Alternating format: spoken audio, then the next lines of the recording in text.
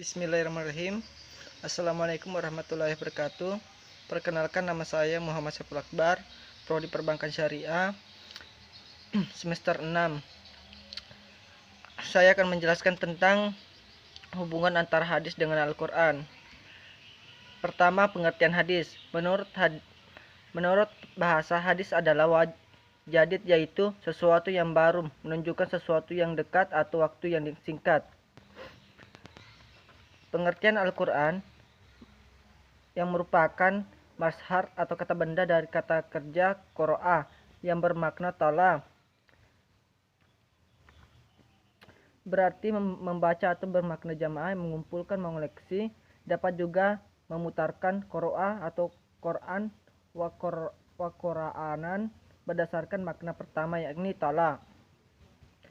Maka ia adalah masdar, kata benda yang semakna dengan ism maf'ul yang artinya matlu, yang dibaca. Hubungan hadis dan Al-Quran. Tentang hubungan Al-Quran dan hadis atau sunnah, Ibnu Hazmin berkomentar bahwa ketika ia menjelaskan Al-Quran sebagai sumber hukum syara, maka di dalam Al-Quran itu sendiri terdapat keterangan Allah Subhanahu wa Ta'ala yang mewajibkan kita untuk menaati Rasulullah SAW, dan menjelaskan bahwa perkataan Rasulullah SAW berhubungan dengan hukum syara pada dasarnya adalah wahyu yang datang dari Allah Subhanahu wa Ta'ala itu juga. Hal tersebut termuat dalam firman Allah Subhanahu wa Ta'ala dalam surah An-Najm ayat 3-4 yang artinya, dan tiadalah yang diucapkan beliau Rasulullah SAW itu bersumber dari hawa nafsu. Ucapan itu tiada lain yang wahyu dan diwahyukan Allah Subhanahu wa Ta'ala kepadanya. Selanjutnya, perbandingan hadis dan Al-Quran. Yang pertama itu persamaan, di mana di sini dijelaskan di muka bahwa hadis dan Al-Quran adalah sama-sama sumber ajaran Islam, dan bahkan pada hakikat keduanya adalah sama wahyu dari Allah Subhanahu wa Ta'ala. Perbedaannya adalah sama-sama sumber ajaran Islam dan dipandang sebagai wahyu yang berasal dari Allah Subhanahu wa Ta'ala. Keduanya tidaklah persis sama, melainkan terdapat beberapa perbedaan di antara kedua. Mengetahui perbedaan, perlu dikemukakan terlebih dahulu pengertian dan karakteristik dari Al-Quran sebagaimana hadis seperti yang telah dijelaskan. Sejarah perbandingan Rasulullah SAW dan sahabatnya.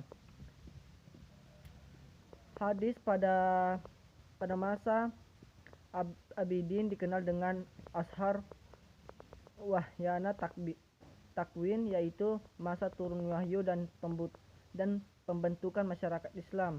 Keadaan ini sangatlah menuntun keseriusan dan kehati-hatian para sahabat itu sebagai pewaris pertama ajaran Islam.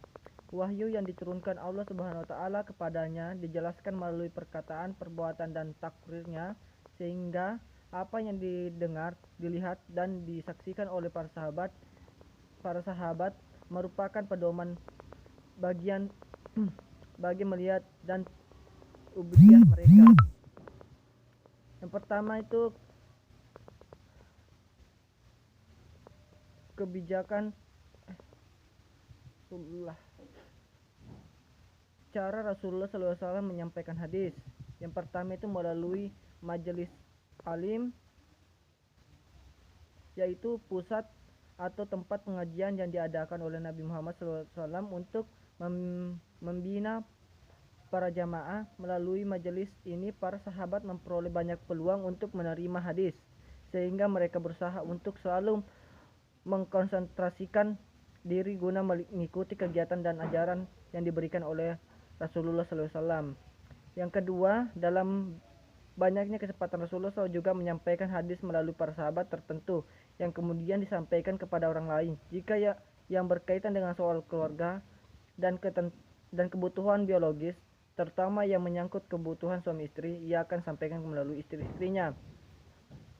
Selanjutnya, melalui ceramah atau pidato di tempat terbuka, seperti ketika haji wada dan fat, maka ketika menunaikan ibadah haji pada tahun 10 Hijriah 631 Masehi, Nabi Muhammad SAW menyampaikan khutbah yang sangat bersejarah di depan ratusan ribuan kaum muslimin yang melakukan ibadah haji, yang isinya terkait dengan bidang muamalah, ubudiyah, siasah, jinayah, dan hak asasi manusia yang meliputi kemanusiaan.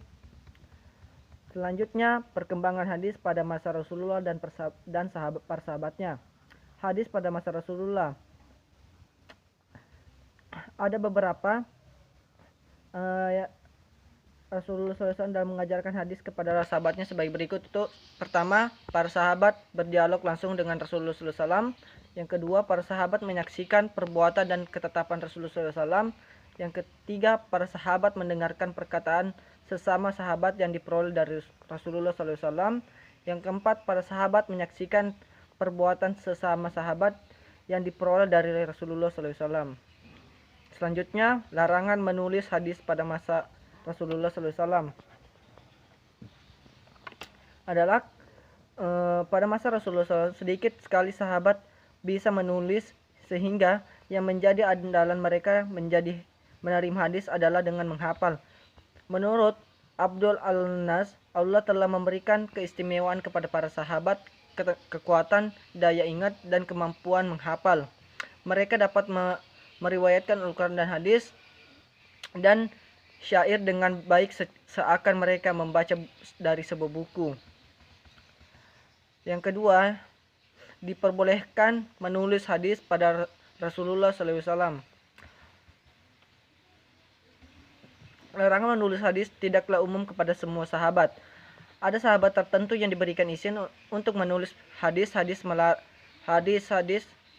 Nabi melarang menulis hadis karena khawatir tercampur dengan Al-Quran, dan pada kesempatan lain Nabi memperbolehkan sebagai diriwayatkan oleh Abdul Allah dan Ibnu Umar, dan dia berkata, aku pernah menulis segala sesuatu yang kudengar dari Rasulullah. Aku ingin menjaga dan menghafalkan, tetapi orang Quraisy melarangku melakukannya. Hadis pada masa sahabat. Nabi wafat pada tahun 11 Hijriah.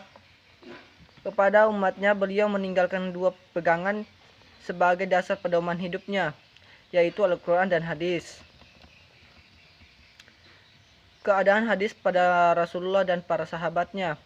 Perjalanan hadis pada setiap periode mengalami berbagai persoalan dan hambatan yang dihadapinya, yang antara satu periode dengan periode yang lain tidak sama. Membicarakan hadis pada masa Rasulullah SAW berarti membicarakan hadis pada pertumbuhannya. Maka dalam uraian akan terkait langsung dengan pribadi Rasulullah SAW sebagai sumber hadis untuk memelihara kemurnian dan mencapai kemaslahatan Al-Quran dan hadis sebagai dua sumber ajaran Islam. Rasulullah SAW menempuh jalan yang berbeda. Selanjutnya, sejarah pembukuan hadis. Para ulama hadis sepakat bahwa pembukuan hadis mulai dilakukan oleh Khalifah Umar bin Abdul Aziz yang menerima pada tahun 99 sampai 101 Hijriah. Berdasarkan beberapa riwayat bahwa kekhawatiran akan hilang hadis yang dilenyapkan para ulama, hadis merupakan faktor utama yang menyebabkan Khalifah Umar bin Aziz untuk melakukan perbuatan pembukuan hadis. Faktor yang lain adalah timbulnya hadis maudhu sebagai akibat meluasnya wilayah Islam yang terjadinya perselisihan di kalangan kaum muslimin mendorong Khalifah untuk menghimpun dan membukukan hadis. Khalifah Umar Ibnu Abdul Aziz menginstruksikan kepada qadinya dan di Madinah, yaitu Abu Bakar Ibnu Hajar, yang menjadi guru Ma'mar al-Lais al-Auziyah, Malik Ibn Nas, Ibnu Ishaq dan Ibnu Abidin supaya membukukan hadis Nabi yang terdapat pada penghafalan wanita yang terkenal.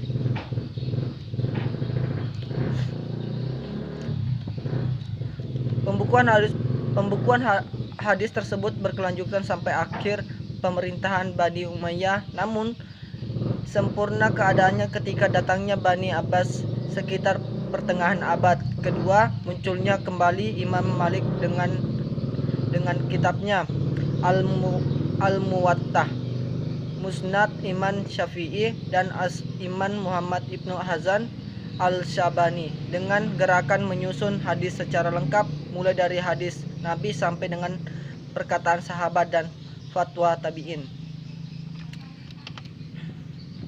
Pembukuan hadis Ibnu Hijriyah.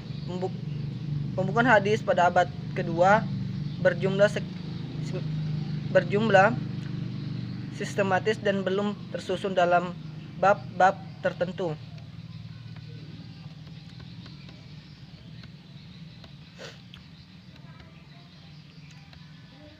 Kedua, pembukuan hadis Abdul Hijriyah.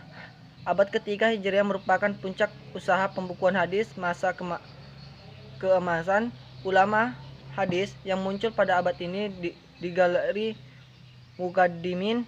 Pada abad ketiga ini bermunculan kitab-kitab hadis, maka digelarkan kritikan sanad dan matan hadis serta jar wa ta'dil sesuatu hadis.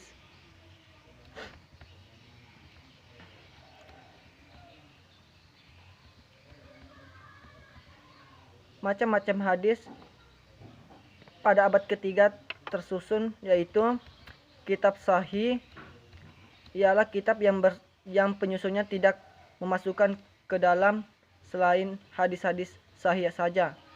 Kedua, kitab-kitab sunat ialah kitab-kitab yang menulis tidak dimasukkan ke dalam hadis-hadis yang munkar dan yang sepertinya. Kitab-kitab musnad adalah kitab-kitab yang menyusun memasukkan ke dalam segala rupa hadis-hadis yang diterima dengan kitab, menyaring dan tidak menerapkan derajat-derajatnya. Selanjutnya, pembukuan hadis abad ke-4 sampai ke-6 Hijriah. Masa ini adalah masa pemeliharaan, penerbitan, penambahan, penghimpunan, dan berlangsungnya sekitar 2,5 abad, yaitu abad ke-4 sampai ke pertengahan abad ke-7 Masehi. Saat jatuhnya dinasti Abbasiyah ke tangan Kulagukan tahun 656 sampai 1258 Masehi.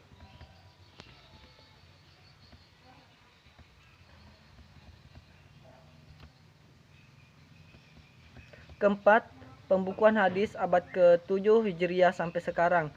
Masa ini adalah masa persyaratan, penghimpunan, dan penakhiran. Ulama pada masa ini mulai mensistematis hadis-hadis menurut kehendak penyusun, memperbarui kitab-kitab mustakhirat dengan cara membagi hadis menurut kualitasnya. Masa kontemporer dimaksud sebagai masa yang berlangsung dari abad ke-7 656 Hijriah sampai sekarang, di mana pasca runtuhnya Baghdad akibat serbuan tentara Mongol pimpinan Hua Khan pada tahun 1253 Hijriah Masehi, pusat-pusat perkembangan hadis beralih ke Mesir dan India. Dan pada masa ini di antara kepala negara ada yang berkesimpun dalam bidang hadis seperti Barkuk. Di samping itu, kalangan ulama di India berusaha mengembangkan hadis, sehingga dari mereka lahirlah kitab-kitab hadis yang berkembang dalam masyarakat Islam dengan adanya usaha penerbitan yang mereka lakukan, seperti kitab Ulum Al-Hadis karangan Al-Hakim.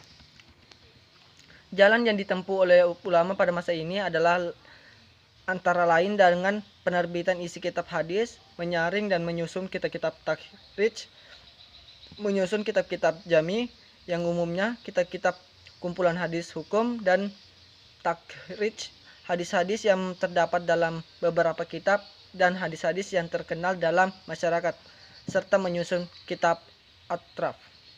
Nah, itulah hasil presentasi materi saya. Kurang lebihnya mohon dimaafkan.